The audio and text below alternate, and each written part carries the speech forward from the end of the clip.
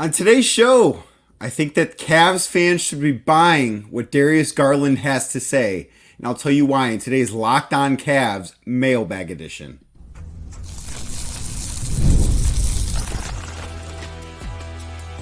You are Locked On Cavs, your daily Cleveland Cavaliers podcast. Part of the Locked On Podcast Network, your team every day. Thank you for making Locked On Cavs your first listen every day. A proud part of the Locked On Podcast Network, your team every day. You can find the show wherever you get your podcasts, Spotify, Apple, anywhere else. If you're listening there, make sure you give this show a 5-star review. Make sure you're subscribed as well. You can also check us out on YouTube. Just go on YouTube, search Locked On Cavs, subscribe to the channel. If you're watching this video, give us a thumbs up, hit that notification bell as well. If you're not watching this video, go watch the video, subscribe to our YouTube channel, hit the like button, hit that notification bell. That is the best way that you can help this channel grow. It has grown a ton over the last month or so. I can't wait to see it grow so much more. You guys have been absolutely awesome. On today's show, which is brought to you by FanDuel, make every moment more as the playoffs are over in both basketball and hockey. The sports aren't going on quite the way we want them to, but there's still so much out there, and FanDuel has something for everybody. This summer, FanDuel's hooking up all customers with a boost or bonus daily. That's right. There's something for everyone every day, all summer long. Visit FanDuel.com to get started. Today's show, want to do a mailbag. I'm heading to Vegas in the morning. I wanted to get in some last minute questions before I took off for Summer League. I also do want to know, drop a comment. What are you most interested in finding out from Summer League? Because I will be in Vegas from Tuesday. So today as you're listening to this, I'll be in Vegas from Tuesday afternoon until Saturday morning. So comment on this YouTube video or tweet at me. What kind of content are you looking for from Summer League? I can't wait to bring it to you. I'm super excited to be out there, but I wanted to get a mailbag in before I left. And I wanted to start with the big news that we had from yesterday, where Darius Garland talked to Chris Fedor of Cleveland.com while out in Vegas about his future. He essentially says he doesn't want to be traded. He wants to be in Cleveland.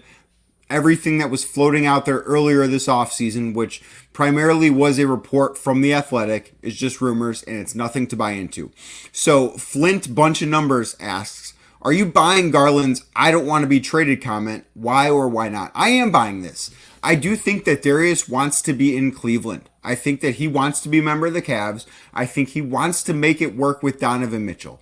I do believe those two get along. I don't think that this is some, and this is a bit of a throwback reference here, I don't believe this is some Kyrie Irving, Deion Waiters situation that we had in the early 2010s, where those two, I believe at one point had a press conference to tell everybody that they got along, but they didn't get along. This isn't that kind of situation.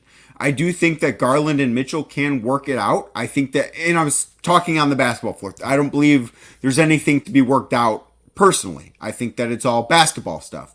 But I think that Darius wants to continue to grow in Cleveland. I think he likes being part of this organization. I think he should be pretty excited to play for Kenny Atkinson, because I think that Kenny Atkinson is someone who can really help to elevate Darius Garland's game in a way that it hasn't been elevated. And last year was a bummer for him. It was a bummer for Cavs fans to watch him play. If you're a believer in Darius Garland, it's hard not to be bummed out by what last year looked like, right? Because he went through that jaw injury. There was a death in his family that really affected him. He had a number of other injuries. I believe he was dealing with a wrist or thumb injury early on in the season too.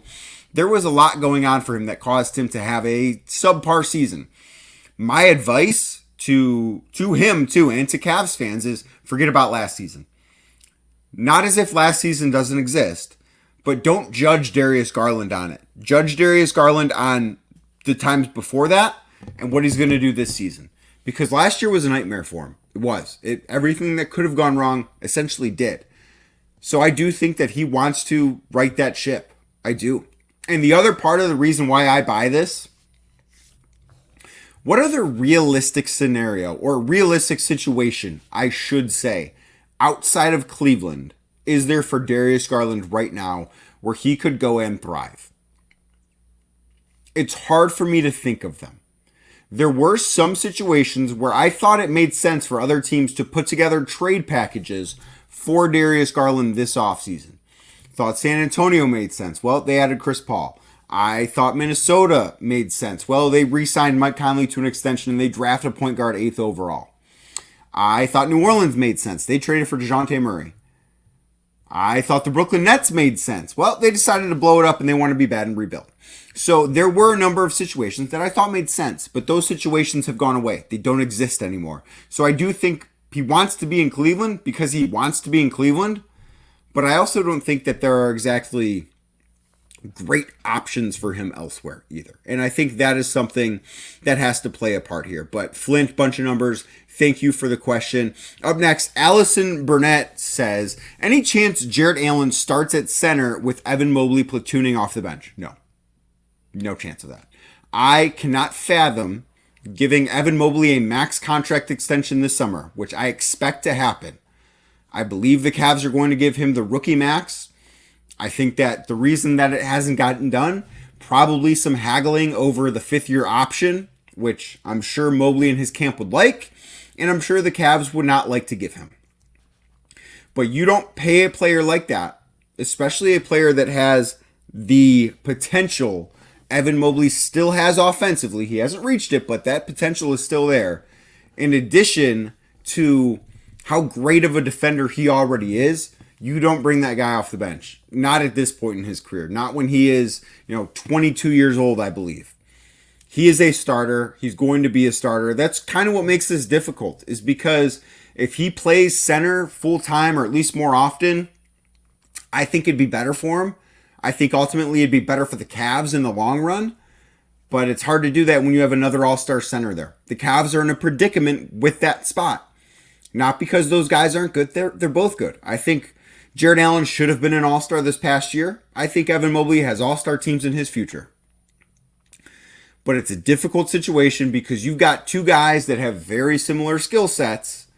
Neither one of those skill sets features a great outside shot, if we're being honest, or at least a willing outside shot, if we're being honest.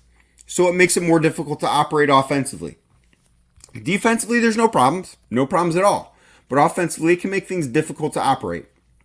But I don't see how that could be sold to Mobley and his camp. I just do not see how they could say, hey, we want to bring you off the bench, and that be cool. I don't think that's a possibility. But Allison, thank you very much for the question. Up next, Finn in the land. Garland, Mitchell, Allen, Mobley, and Strus. So the ideal starting lineup for the Cavaliers. What do you think will look different with that group on the floor at the same time this coming season? So I think there's a couple of things. Obviously, this is very dependent on health. Last year, that group started 28 games together. Out of 82 regular season games, that group started 28 of them. Then they started 4 more in the playoffs. So that brings us to 32 games that group started together. That's not a lot of time in the NBA. That's not very long at all. So I do think just by having some continuity, and if that group is healthier than it was last year, to where someone is not always in and out of the lineup, that group will look better just by virtue of playing together longer. I'm not saying they're going to turn into the best starting 5 in the NBA, but I think they'll look better than they did just by being together again.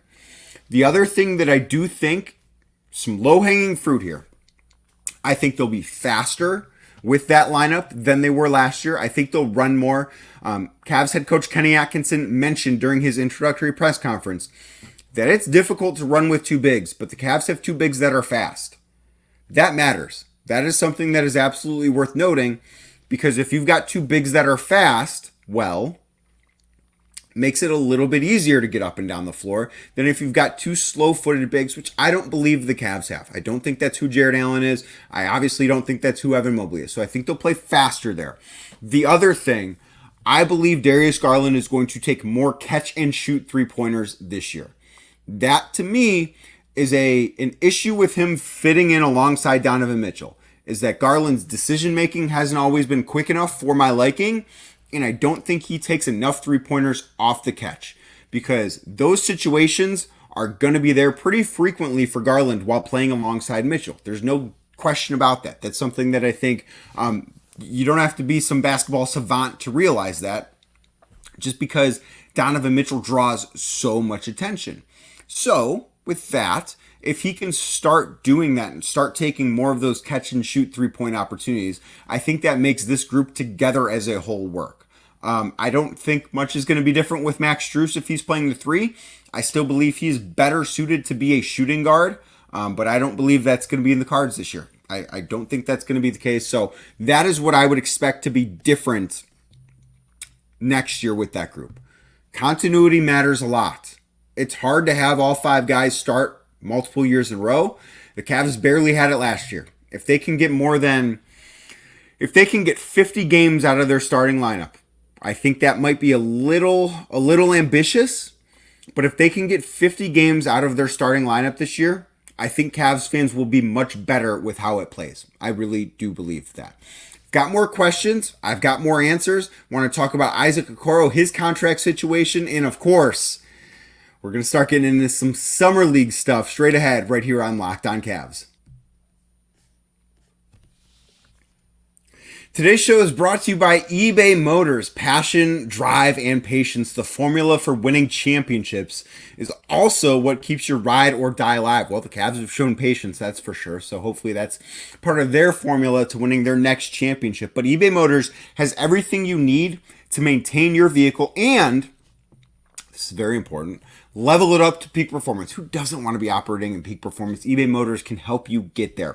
Superchargers, roof racks, exhaust kits, LED headlights, and so much more. Whether you're into speed, power, style, whatever you want, eBay Motors has you covered. With over 122 million parts for your number one ride or die, you'll always find exactly what you're looking for. And this is important. Listen up to this.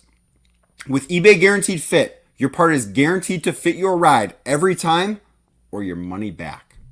It's pretty good. It's very helpful because with eBay Motors, you're burning rubber, not cash. With the parts you need at the prices you want, it's easy to make your car the MVP and bring home huge wins. Keep your ride or die alive at ebaymotors.com. Eligible items only. Exclusions apply. eBay Guaranteed Fit. Only available to U.S. customers. Back to the questions we go. This one comes in from Mike Schreiner. What are the odds Isaac Accordo plays this season on the qualifying offer? I don't think that the odds are great that happens. It's a possibility. I do think that it's something that could happen. He could end up accepting the qualifying offer, which I need to go look what that is for him. But the qualifying offer for him would mean that he plays this year essentially on a 1-year contract. He's on a 1-year deal because he's a restricted free agent right now. He's just a little bit, I guess, restricted as far as where he can go because the Cavs have the right to match any contract given to him by another team. Obviously, that has not yet happened. He's not been given a contract by another team yet. We'll see if that does happen, but his situation means that he could basically at this point be on a qualifying offer, could sign a multi-year deal with the Cavs, could be part of a sign-and trade that gets him to a situation that he could be in next year that's not in Cleveland. If he accepts the qualifying offer, he would then become an unrestricted free agent next year. Next summer, he'd be an unrestricted free agent, could go wherever he wants, could have more power in the free agency than he does right now. I don't think that's going to happen. It could happen, though. It's not some far-fetched thing to think that he couldn't play on a qualifying offer.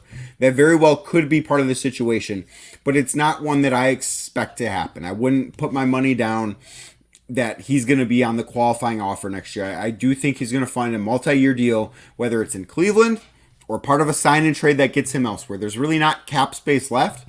Certainly not teams that I think have a ton of interest in Isaac Accordo. So I would expect him to be in a multi-year deal. I don't know if it's going to be in Cleveland. I don't know if it's going to be part of a sign and trade, but I would expect him to be on a multi-year next year. That's just what I would think. I do have one more Isaac Accordo question. This one from the 330 Sports Show. What's next? Accordo sign and trade, or will he be here? Any possible moves at this point, or are we locked in until the deadline? So there are still moves out there some of which could involve Isaac Accordo. I think that really one of the Cavs' biggest avenues to improving this roster right now without breaking up the core four. Obviously, if they decide, hey, Jared Allen, nice knowing you. We want to trade you when we want to break up the core four.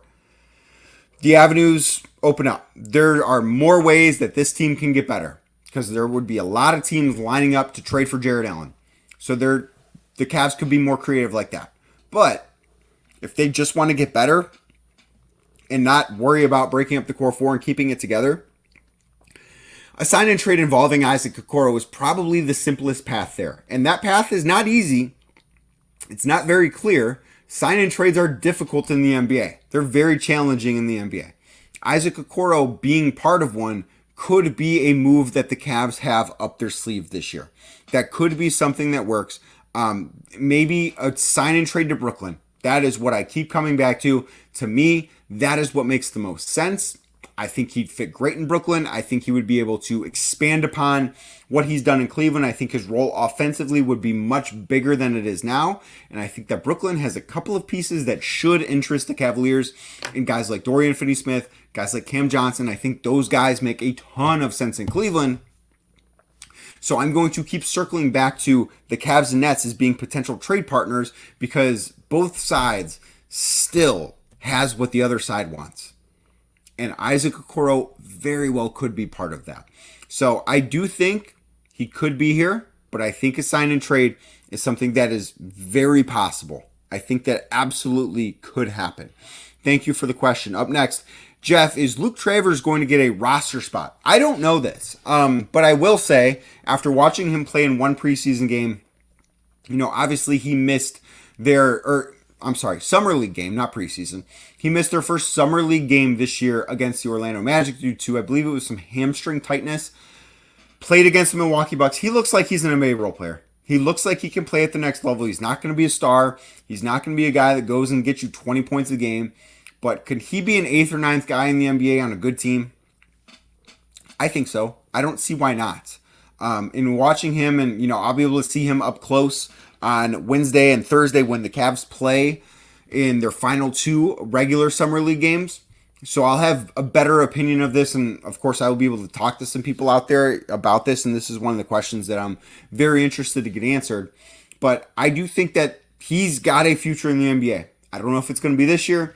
I don't know if it's going to be next year, but I think that Luke Travers has a future in the NBA. He is somebody that I view as a role player. He said when he had his media availability in Cleveland last week, his goal is to be an NBA role player. I think that goal is pretty attainable for him. I do.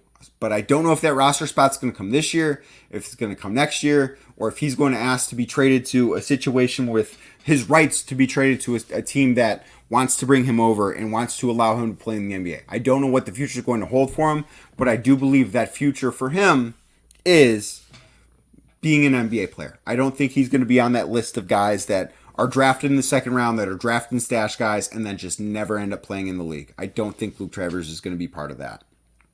Thank you, Jeff, for the question, however. Up next, this one is from 2 different people. They sent very similar questions, so I just combined them. Walder 1970 and Dylan for Clee.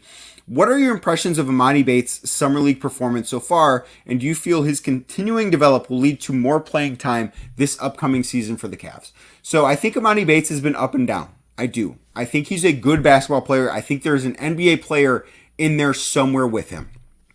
I really believe that. But he's not a finished product. I think he needs some development still. What he has done with his body, I think, has been a really good sign. I do think that his body improving, adding weight was very, very important. Obviously, he added 26 pounds, I believe it was that he said. So that is something that is very important because he needed to be stronger to be able to survive in the NBA game. Also, I think there are times where he doesn't make decisions quick enough. I think there are times where he can dribble the air out of the basketball a little bit too much for somebody of his skill set. Now, to be fair, his role with the Summer League team is so much different than his role with the Cavs would be. Could he be more of a spot-up shooter type for the Cavs? He's got a pretty good shot. I think that he's capable of making those 3-point attempts. But is that a role that he's going to fit in with? There are times where I think he looks like a good pick-and-roll ball handler. I absolutely do believe that. But is he good enough at that to do it in the NBA? I'm not so sure about that.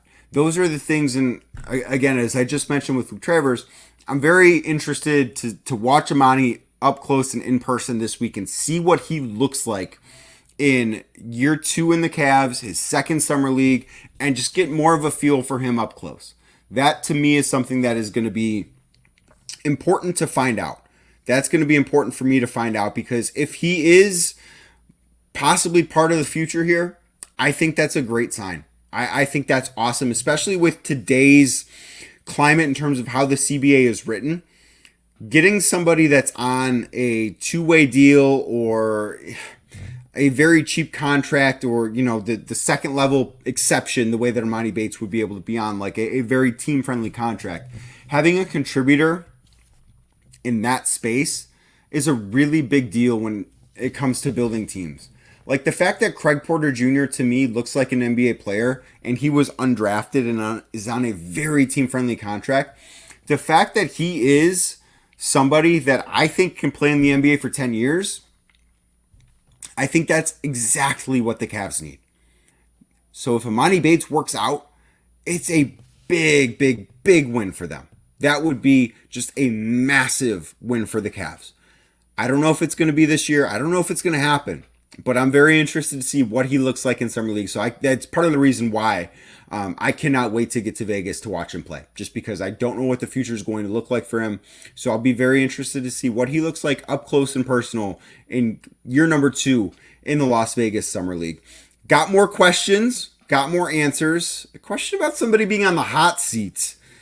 I think that temperature's cooled off a little bit. That's all straight ahead right here on Locked On Cavs. Today's show is brought to you by FanDuel. I love sports. You love sports. If you're watching this, obviously you love sports. I love sports enough to talk about them every single day, but not as many sports as I would like to be on TV every night or on TV every night right now. Yeah, the WNBA is awesome. Love checking that out. Major League Baseball, great. Love watching the Cleveland Guardians, even if they kind of whimpered into the All-Star break. They need a big second half. They got to hold off the Minnesota Twins. But no matter what's going on, FanDuel's got something for you. All you have to do is open up the app and dream up bets anytime you're in the mood. This summer, FanDuel is hooking up all customers with a boost or bonus daily. That's right, there's something for everyone, every day, all summer long. FanDuel really does have it all. I've been talking to you guys about odds to win the American League for the Cleveland Guardians, odds to win the American League Central for the Cleveland Guardians, odds to make my dreams come true and win the World Series for the Cleveland Guardians. Right now, as I record this, it's 11 o'clock at night, July 15th. Guardians don't play for a couple days. Nobody plays for a couple days. It's the All-Star break. The Guardians are plus 1,800 to win the World Series. That number has fluctuated quite a bit. It's plus 2,200 a few weeks ago, down to 1,800. Get them while you can. They're going to make a trade. Thought they had a great draft this week. They're going to be a force to be reckoned with in October. You're going to wish, when the playoffs start, you're going to wish you had the Guardians at plus 1,800 to win the World Series. So go to FanDuel and start making the most out of your summer. FanDuel, the official sports betting partner of Major League Baseball. More questions here as we get through today's Locked On Cavs. Again, thank you for making Locked On Cavs your first listen every day. Reminder, I will be in Las Vegas for Summer League starting today. Comment on this video. Tweet me at RealDCunningham. What sort of content do you want to see from the Las Vegas Summer League from me? I'm going to be there today through Friday night. Hit me up. Let me know what you're looking for. I cannot wait to be there. Cannot wait to check things out. I think it's going to be a really exciting time to watch some of the younger players, part of the Cavs organization, on the basketball floor.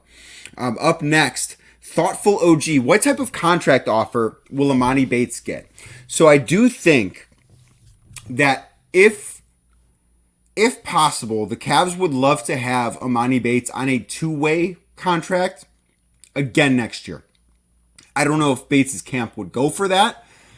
He is obviously still unsigned. The Cavs still do have his rights. It's not as if he can he's restricted. So it's not as if he can just say, hey, I'm going to go play for another team and there's nothing you can do about it. The Cavs have a voice in this. I think they would love to have him on a two-way contract again next year. I think that'd be their ideal situation. If they could get him on a two-way, I think they'd be very, very happy about that. Now, I don't know if that's going to be possible. If not, I would think he's on a very, very team-friendly NBA standard contract, and he's probably still going to spend a decent chunk of time in the G League with the Cleveland Charge this year. I think that's probably part of his story this year. So I don't know what that contract is going to look like, but I think it'd be a big win, a really, really big win for the Cavs if they had him on a two-way contract again next year. I don't know if that's going to happen, though, but that is certainly what I think would be the biggest win for the Cavaliers. Last question as I wrap up here today. At Cleveland Rocks, if Kobe runs it back with the same core, where do the Cavs have to finish in order for him to save his job, for them to save their jobs, meaning the front office as a whole, I presume here. And I assume that this is finish in the Eastern Conference, not overall in the NBA. I'd have to think he's on the hot seat if running it back is what they plan on doing. So I don't think Kobe's seat is as hot as some other people might think. I don't. And yes, I don't necessarily agree with running it back to the extent that it looks like the Cavs are running it back. I don't think that's the best play. But Kobe Altman in September of 2022 took a huge swing, trading for Donovan Mitchell. Gave up Lauri Markkanen, gave up Colin Sexton, gave up Ochai Agbaji, gave up a number of draft picks that still have not gone to Utah for Donovan Mitchell. It's a lot to give up for a guy who is awesome. Donovan Mitchell, fantastic basketball player, been one of the 10 best in the world since he's been in Cleveland. That was a big swing. There was a huge swing. And then, this summer, Donovan Mitchell said that he wanted to play the best basketball of his career, spend the best years, the prime of his career, with the Cavaliers in Cleveland. I think that alone gets Kobe Altman off the hot seat. Yeah, we can talk about some moves that haven't been made that we'd like to see made and that this roster is not perfect, and I don't think Kobe's been perfect. But ultimately, he landed a star in Cleveland, and he got that star to say, I want to spend the best years of my career with the Cavs. Yeah, there are some moves that he probably should have made and he hasn't. There are some moves that he's made that he probably shouldn't have. But when the biggest swing that you take as an executive is the trade that he pulled off with Utah, and then the guy you traded for commits to a contract extension after 2 seasons, it's hard for me to look at him and say, yeah, if this doesn't go well this year, he's gone. Now, if Donovan would have asked for a trade or not signed the extension, this is a different conversation.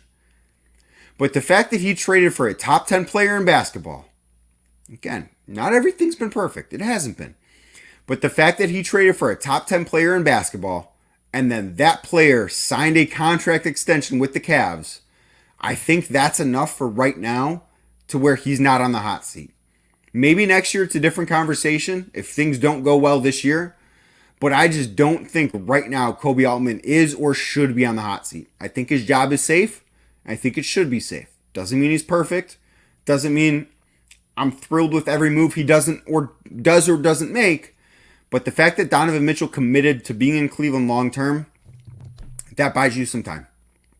I really, truly believe that buys you some time. Thank you, Cleveland Rocks. Thank you to everyone that asked questions. If you've got questions, keep dropping them in the comments. I'm going to do a better job of reading those comments. Going to try and do a mailbag episode at least once a week, if not twice a week, as the summer starts to arrive, once the summer league is over. Again, I'll be in Las Vegas starting today through the end of the week. So if you've got things you want to know about the Las Vegas Summer League, now is the time to ask those questions. I will get to them throughout the week. Cannot wait to be watching the Summer League Cavs play basketball tomorrow night. I'm super stoked for that. But thank you again. Thank you so much for making Locked On Cavs your first listen every day. Thank you to everybody that does listen every day. I very much appreciate the everydayers out there that listen to Locked On Cavs day in, day out. I'm trying to put together some really great content for you guys. I hope you guys like it. I cannot wait to be in Vegas. Cannot wait to bring you content from the desert. But again, thank you so much for making Locked On Cavs your first listen every single day. It is so much appreciated, and I will talk to you from Las Vegas, Nevada.